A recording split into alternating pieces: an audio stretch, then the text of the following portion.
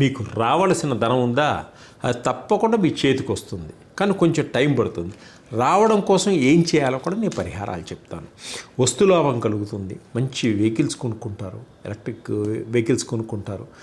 అన్ని రకాలుగా మీకు ఉన్న కోరికల్ని తీర్చుకునేటువంటి అవకాశం కూడా మీకు కలుగుతుంది. దృఢ సంకల్పంతో, ఆత్మస్థైర్యంతో, ధైర్యంతో ముందుకు సాగండి. మీరు చేయలేని పని అంటూ ఉండదు.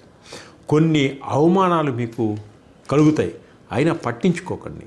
మీరు ముందు వెళుతున్నప్పుడు ఎంతోమంది ఎన్నో విధాలుగా మిమ్మల్ని అంటూ ఉంటారు, కానీ మీ ఆత్మస్థైర్యంతో మీరు అనుకున్నటువంటి గోల్ చేరడానికే ప్రయత్నం చేసుకోండి. తప్పకుండా విజయం సాధించినాక అందరు క్లాప్స్ కొడతారు, మిమ్మల్ని అనుసరిస్తారు. మీ కుటుంబంలో చికాకులన్నీ తిరిగిపోతాయి.